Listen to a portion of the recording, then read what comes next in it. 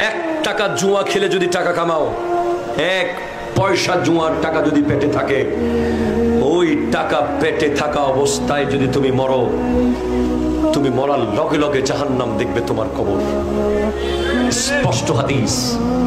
মনে রেখো, হালালের পান্তাবাত অনেক দামি, হারামের কাচ্চি বিরিয়ানির চেয়ে। ঠিক কিনা বলো?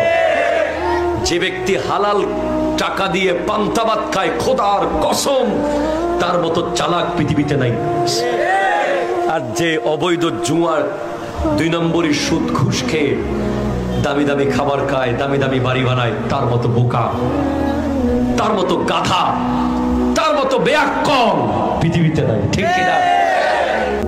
যে ব্যক্তি এই দোয়াটা সকাল সন্ধ্যা 3 বার করে পড়ে, কিয়ামতের মাঠে আল্লাহ পাকের উপর হক হয়ে যাবে, ওয়াজিব হয়ে যাবে, আল্লাহ ওই ব্যক্তিকে সন্তুষ্ট করে দিবেন ইনশাআল্লাহ।